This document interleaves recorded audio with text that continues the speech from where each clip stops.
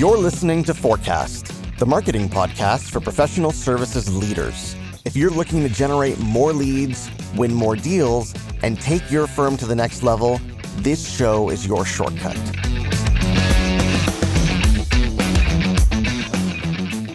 Hey there, folks. Welcome back to the show. I'm your host, Ahmed Manowar. I'm so excited today to bring David Fields onto the show. David is the author of a book called The Irresistible Consultant's Guide to Winning Clients. And I think you're going to find David's perspective to be very unique. See, David is not a marketing guy. He didn't come up through marketing. He's a consulting guy. He came up through the consulting industry, started his own firm, and eventually went out and started helping other boutique consulting firms grow their practices. So I think you'll find that David's ideas, both in his book and in the interview, are a bit of a fresh departure from the typical marketing advice that you'll find out there. For example, David does not believe that consulting firms should try to differentiate themselves.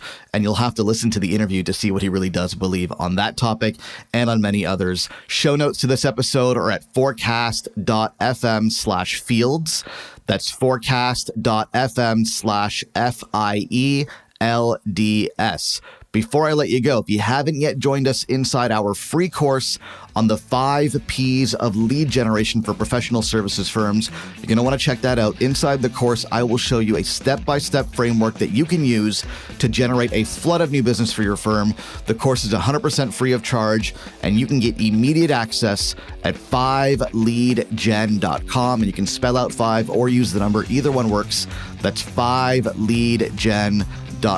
With that, here is David Fields. David, thank you so much for coming on the show. Ahmed, my pleasure. I'm happy to be here. So listen, I would love to dial the clock back with you for a minute here and talk about how David Fields got started in the consulting business. So you're dialing the clock way back, 20 years or so.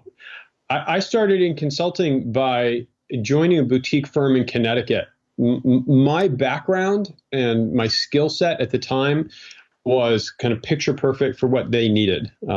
This was a firm that focused on the relationship between manufacturers and retailers. And all my background in corporate, I had a decade in corporate before I went into consulting. And my background was all in that area. So I fit in very naturally as kind of a low-level consultant in that boutique firm. And then I just worked my way up in that firm. So that's how I started. I was very, very fortunate because I worked for a couple of folks that knew the business extremely well. And how long were you in that industry before you jumped ship to the boutique firm? So in the industry in corporate, I was in corporate for a decade. And then I went to the boutique firm for, let's see, from 97 to 2005. So however long that was, 7, 8 years, something like that. And when you were in corporate, were you working at kind of larger companies typically? Oh, yeah. I was at GSK for most of my career, other than very brief stint elsewhere. I was, and it wasn't GSK at the time, but it turned into GSK. And so, yeah, big company. So what was that transition like, going from this big, massive company to a smaller boutique environment? It was super hard. And actually, that's what I tell most people when they're going from corporate into consulting. I tell them to expect a 1-year transition minimum. And I have found that to be almost always the case with only maybe 1 or 2 exceptions. Because consulting looks really easy from the outside, and it turns out it's much more complex from the inside.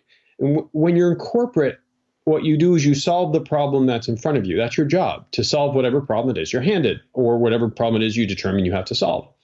But in consulting, you not only have to solve the problem, you also have to manage the client, think about the next project, think about how the current project is working, all the relationships, right? So there's kind of multiple levels happening at once. And I think that takes a while for the typical corporate person to figure out.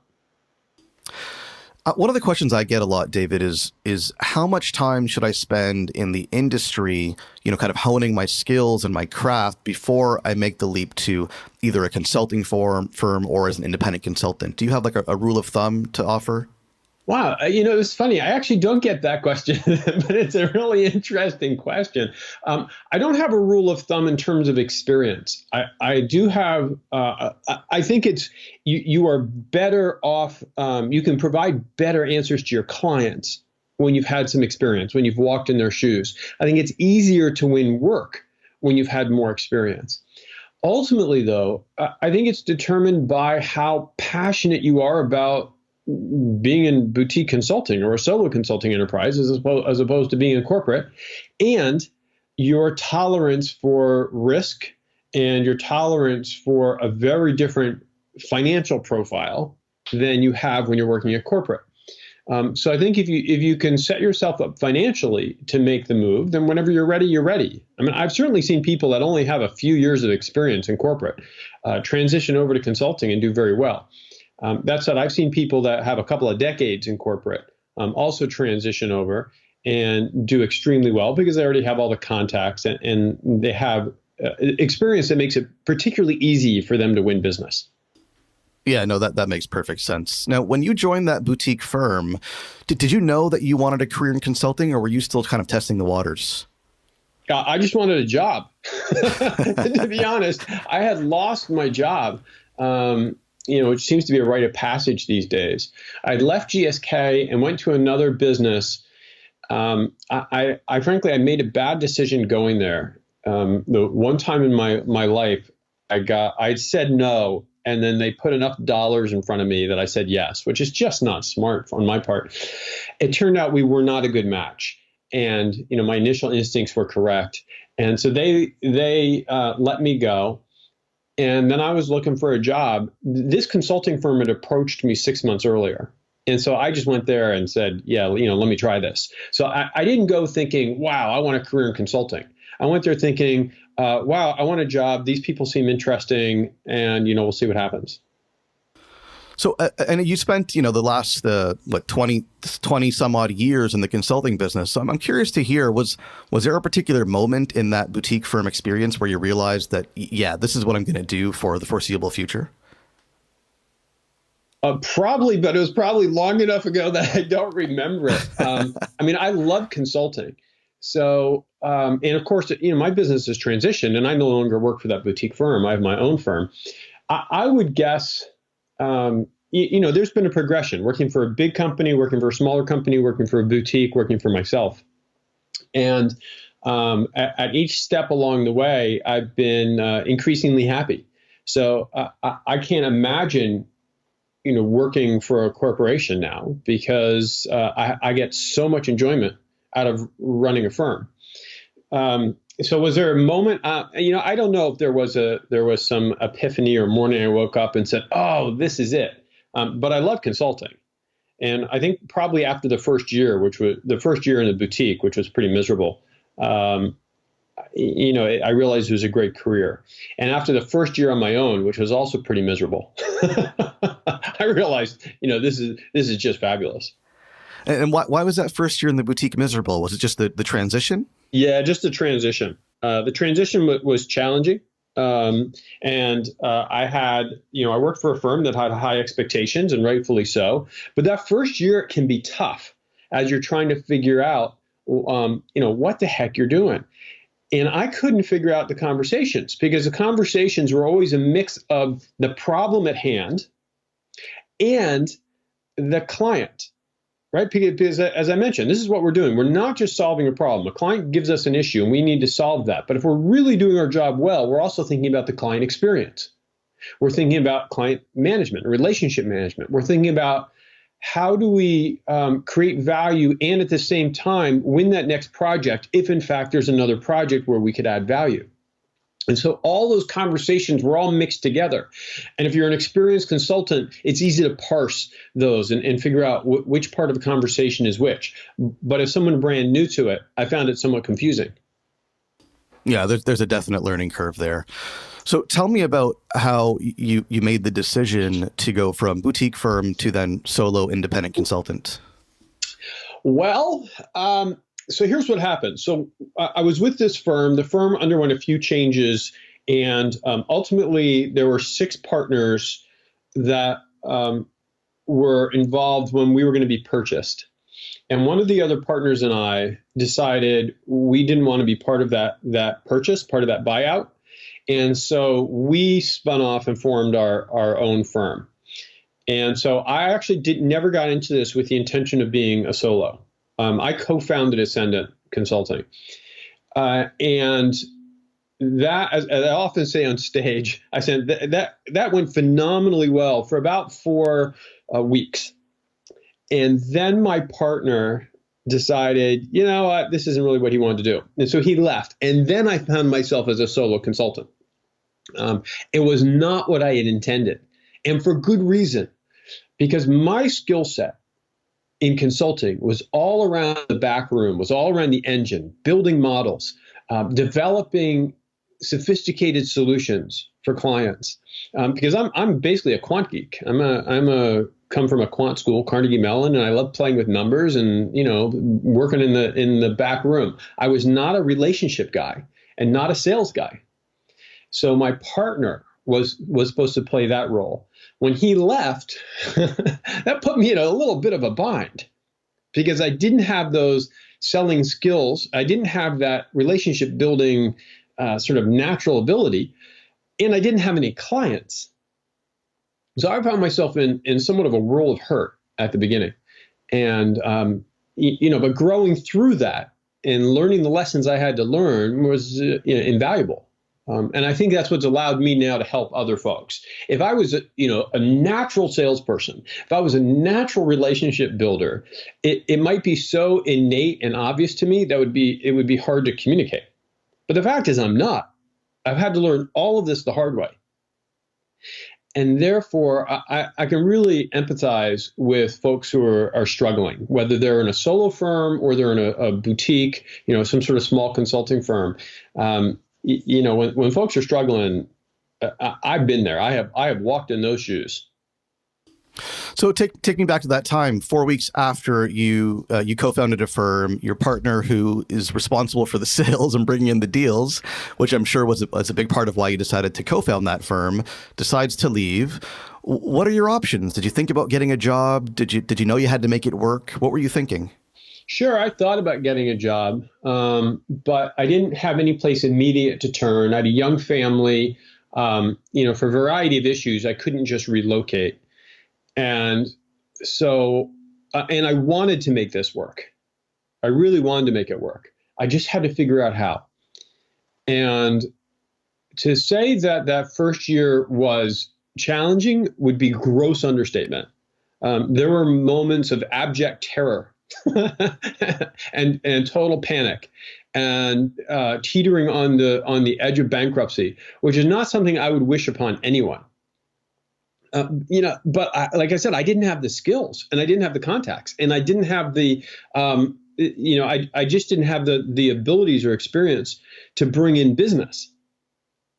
And I had to learn that. And it took a while. That, like I said, that first year was pretty brutal to be completely honest.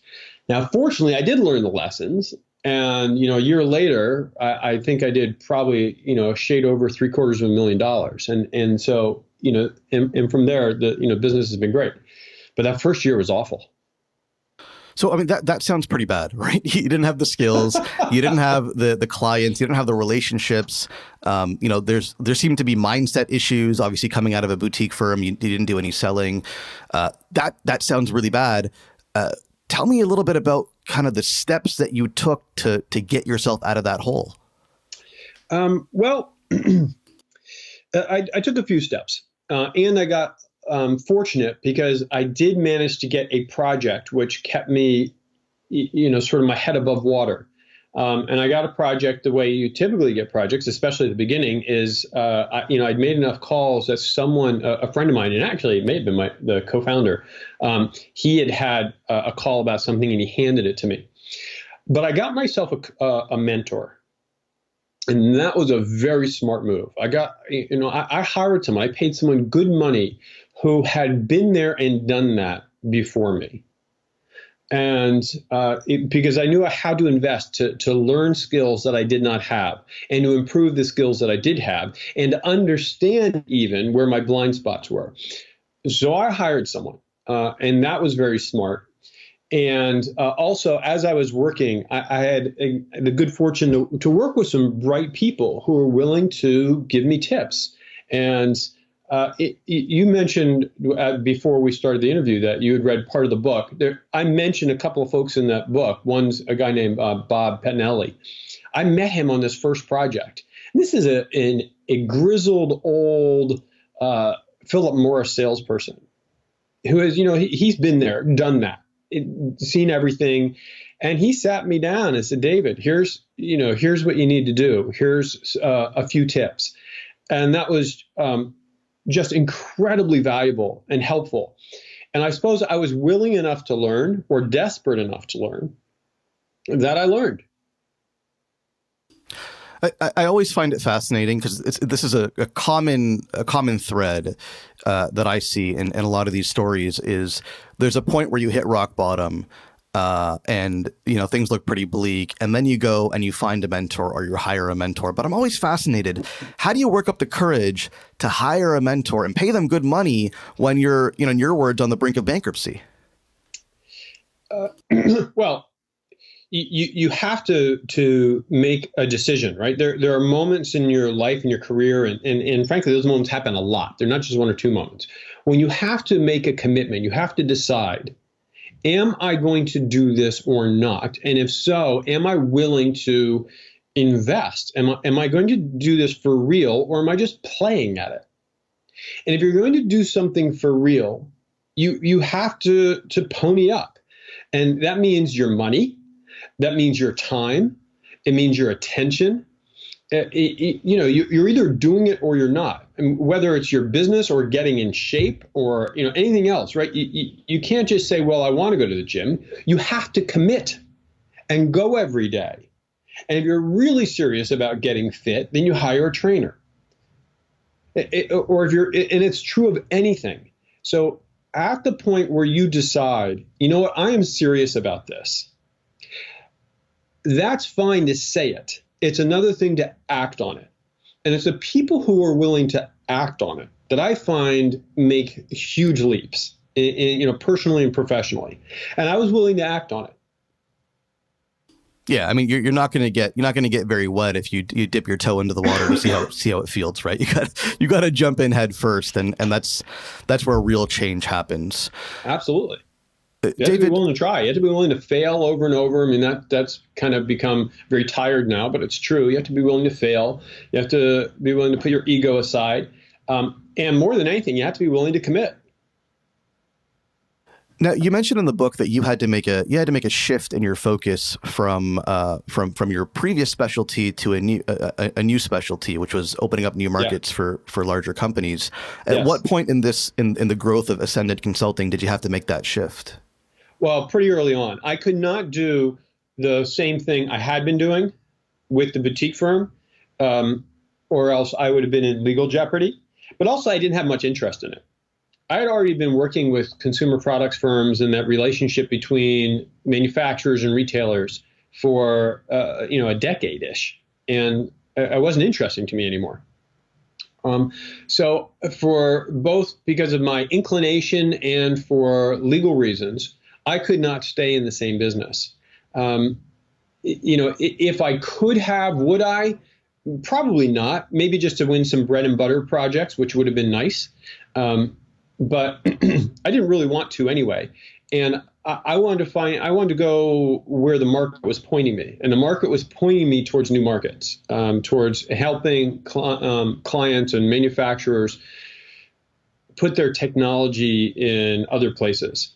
And that was interesting to me. So I went where the market told me to go. And how did you discover that the market was telling you this? Like, how did that come about? Well, for one thing, I had clients back when I was with the boutique firm who had asked me for this. So I got the first of these projects somewhat out of the blue and used three of the most important words in consulting, which are, yes, I can, when they asked whether I could help them. So the first one came out of the blue, and then I started at least discussing this with folks. And so then the next project and the next project after that weren't so much out of the blue because I had this capability. But then I asked, And this is what you have to do. You have to ask people, what do you actually spend money on? What have you spent money on in the past couple of years? And that will tell you where there is opportunity. Not where might you spend money, not what you think would be good, not here's an idea I'm thinking about. Do you think people would buy that? None of that is even remotely helpful. What you have to ask is, where have you actually spent money? And where people have spent money is trying to enter new markets, trying to introduce their technology into new spaces, trying to figure out how to expand their portfolios. And they've all spent money on that. So I realized, well, they've all spent money on that. And I just asked people, right, all the contacts I knew. And they've all spent money on that. They're going to spend money on that again. And that proved to absolutely be the case. Now, when you were in the early days of Ascendant, I think people in your position typically have a bit of a dilemma. Even if they can appreciate the need to specialize, they need revenue, and they'll farm themselves out as generalist firms, jack of all trades, who can do anything and everything just to boost the numbers. Yeah. Did you ever have that dilemma? Sure, absolutely. I specialized fairly quickly though, with Ascendant, and then a few years later, when I formed the Consortium, I kind of became more general again, but just with a very different kind of business.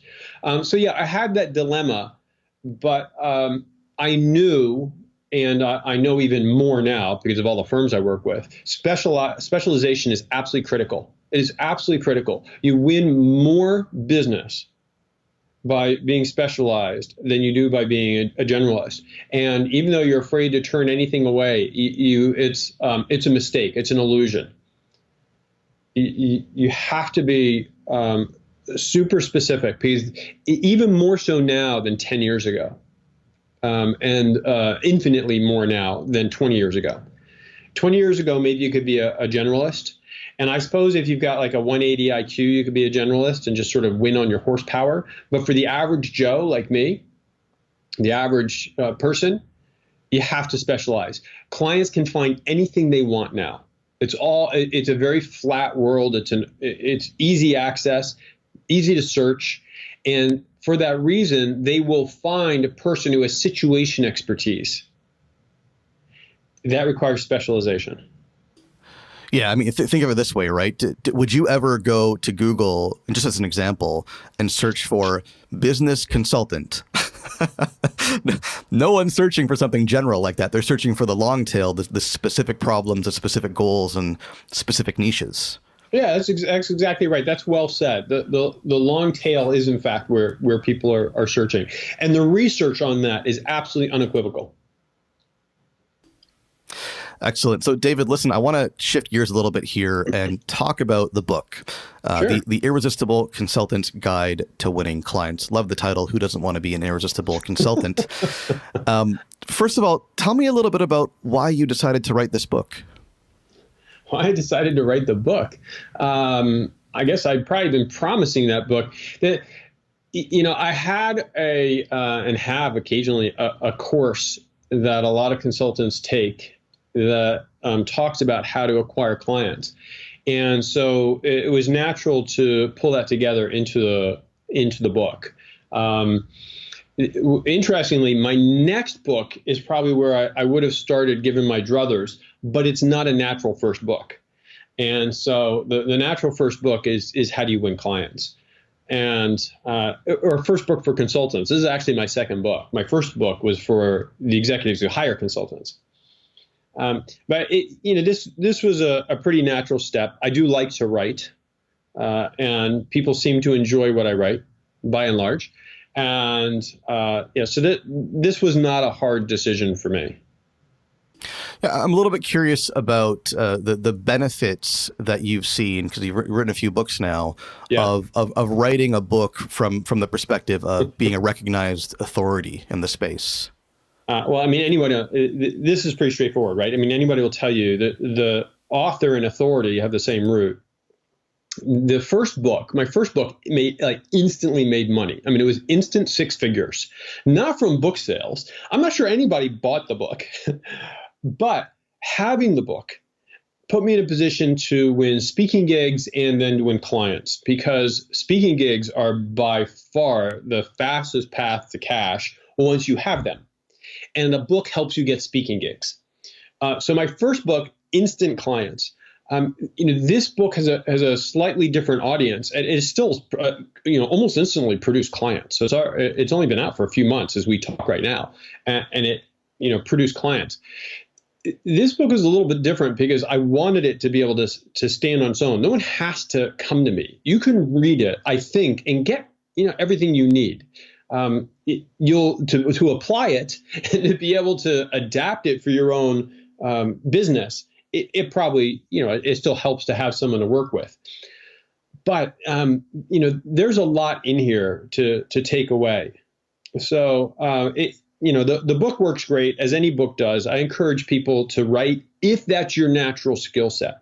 If you hate writing, then don't do it. Find something else. Find another way to build your thought leadership. And now I know that you published this book with a mainstream publisher, but do you have any thoughts on that route versus self-publishing?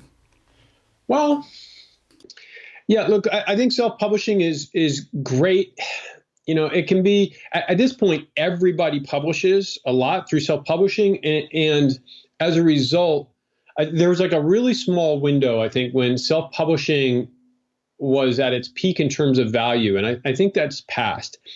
You're better off getting a commercial publisher if you can, simply because most executives know anybody can publish their own book. And so they do take a look now and say, is this self-published or not?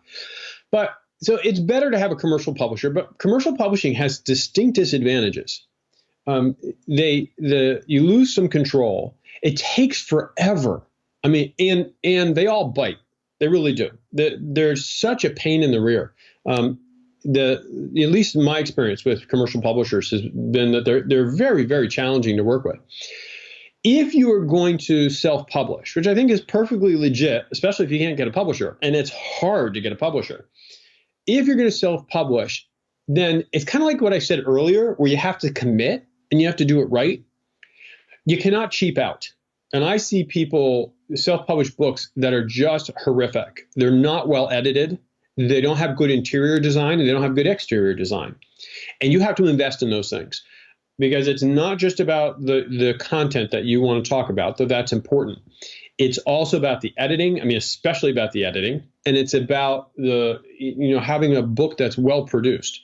And so if you're going to self-publish, put aside the dollars and the time and the energy and invest in doing it right. That's my recommendation. Yeah, no, that makes sense. Self-publishing should not mean amateur publishing, right? You should still have a professionally laid out written book.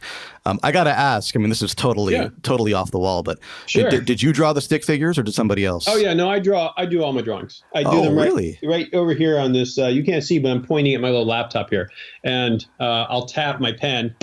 That's my pen. And with this particular pen and that particular laptop, I draw that incredibly sophisticated artwork. Hey, well, no, it was really well done. I mean, I didn't know I had an artist on my hands as well. I'm not sure you do. So listen, I got a couple of questions for you about the book a couple of ideas that I found particularly fascinating. But before we get into that, I think, we have to kind of set the stage here with this idea of right side up thinking. I know that's a fundamental tenet of the book. It's your step one. Tell us about right side up thinking. Right side up thinking is my shorthand for being customer centric or client centric. It means the words I say is consulting is not about you. It's about them, and them being the clients. And the more practiced you are and the better you are at always remembering consulting is not about you, it's about them, the easier this work is. It turns out that right side up thinking, making it about them, is very, very difficult in practice, because most of our mind space and our natural, healthy way of being puts us first. And so putting someone else first is difficult. When I work on this with boutique firms, we often spend a day, I'll spend a day with their senior leadership or with everyone in the firm talking about how to apply right side up thinking. And that's when light bulbs sort of go on. It's like, oh my gosh, you mean we could change how we write emails? We could change how we write our proposals. We could change how we market, how we structure, how we handle our clients, how we structure our projects. I mean, everything. You start to realize how broad and powerful this idea is when you spend time against it.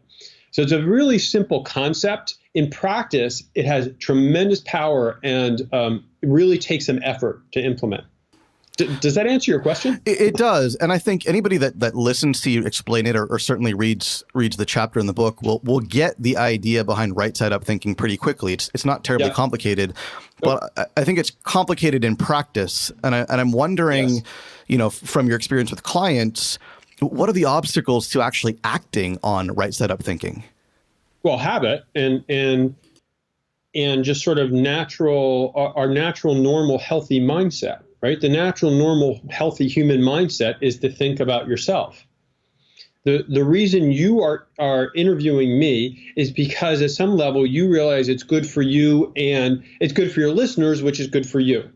And so there's self-interest involved. That's normal. That's healthy.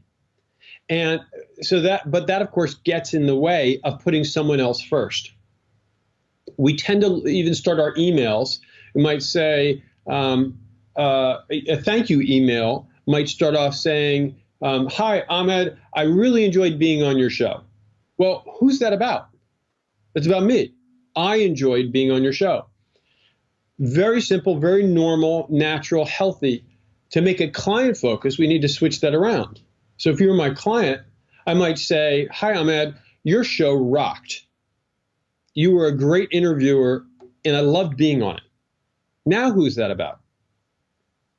Yeah, it's the little things like this. I mean, I think you had an example like that in the book as well, and that really hit me because I was drafting an email to my email list, and I took the summer off of publishing the podcast just so I could kind of plan for the fall and get ahead on some of the interviews. And the first line in my email that I wrote was, in draft at least, was, I took some time off in the summer to get ahead, something like that, right? Right. And I read the example from the book. That's all about me. They don't care that I took time off. That's exactly completely irrelevant to them.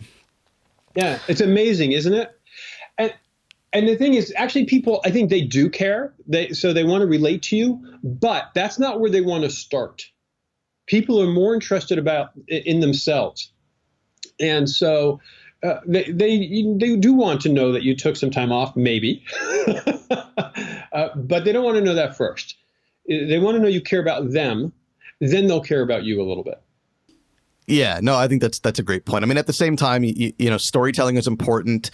Sure. Leaning on your personal experiences is important, but certainly make sure it's relevant to the client first before you get into those kind of stories. Yeah. Listen, one of the ideas in the book that I think really hit me, partially because it's very against the grain kind of advice, as far as I can tell, is this idea that consulting firms should not differentiate themselves. Tell me about that. Yeah, I would expect, because you're a marketing person, so I would expect for you that feels particularly wrong or heretical.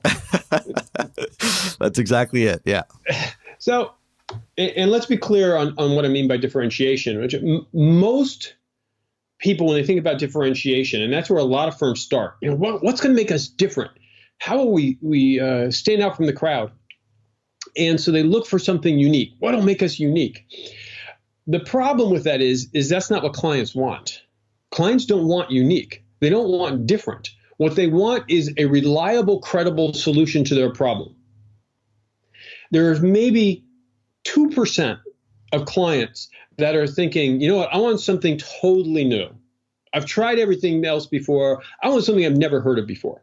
Okay, that's maybe 2%. 98% of clients are doing the exact opposite. They're saying, I want a consultant who has the methodology that I've read about and I believe in, and I've seen it, and there's already 20 firms doing this, so I know it works, and I want the one that happens to be best at that. Not that's unique, that's reliable and credible.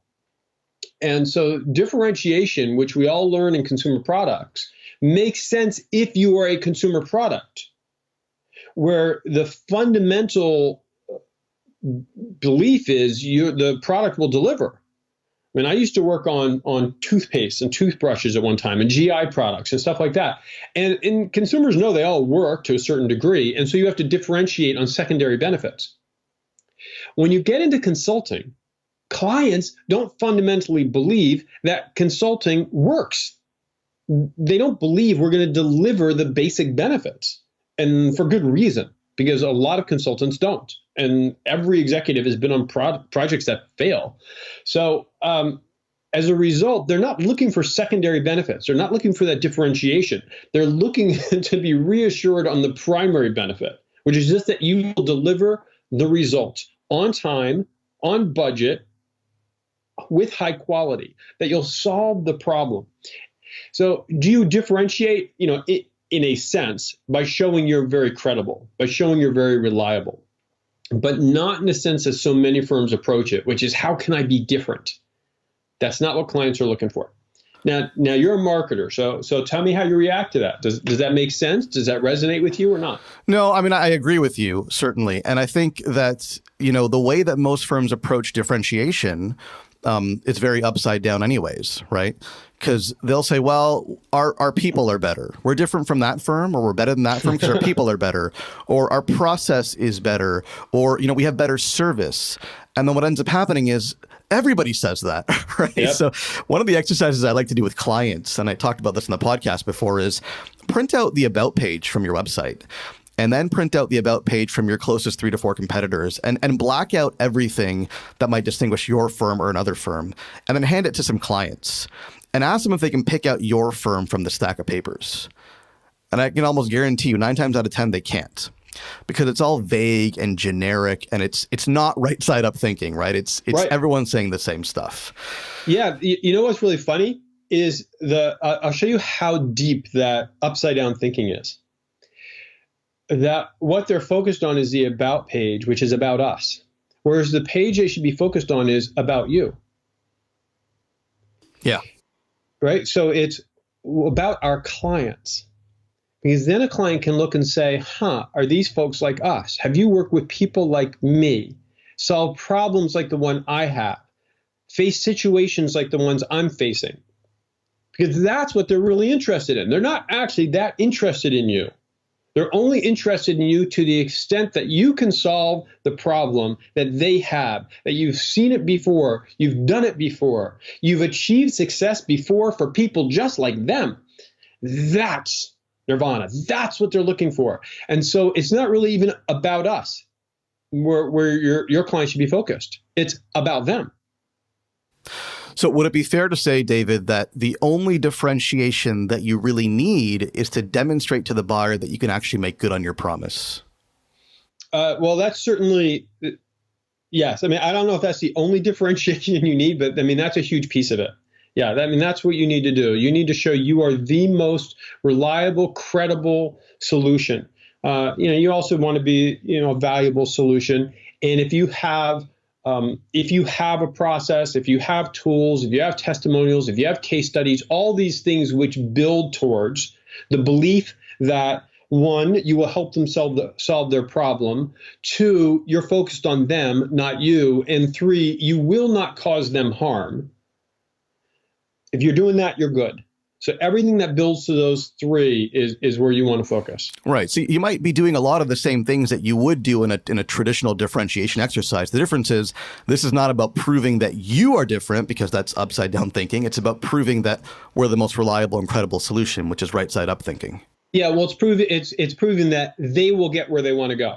That's right side up. So right. Take the you out of it. So you don't even want to say that we're reliable. What we want to do is we want to say you can achieve this. Right. You'll get where you want to go, and we'll help you get there. Right. Makes sense. Listen, David, this has been great. We could talk all day. Certainly, I have a lot of questions for you, but I want to be respectful of your time. Tell us where people can find you and look you up if they want to learn more from you. Okay. People can easily engage with me just by giving me a call. My phone number should be right on my website, and that's davidafields.com. So David, A as in Andrew, Fields.com. If you go there, everything's there. It's easy to get a hold of me. I am very responsive to consulting firms and consultants. So, just give me a call. And, if you're a solo consultant or a boutique consultant and you want to grow your firm, that's what we do. And it's fun. Excellent. And we're going to have a link to your website in the show notes, as well as a link to the book, which I think is an absolute must read for any independent consultant. David, thanks so much for coming on the show. I appreciate it. Yeah, my pleasure. It's been fun. Thank you. Hey, it's Ahmed here again. Before I let you go, there are two things I want you to do. The first is, if you like what you hear, go ahead and subscribe to the show on iTunes or Google Play by visiting forecast.fm and clicking on the relevant link. While you're at it, please do leave us a rating or a review because it helps more people discover the show. The second thing is I want you to grab my free course on the 5 Ps of lead generation for professional services firms. Inside the course, you will get a step-by-step framework to help you generate a flood of new business for your firm. The course is 100% free of charge, and you can get immediate access at 5leadgen.com, and you can spell out 5 or use the number. Either one works. That's 5leadgen.com. Thanks for listening.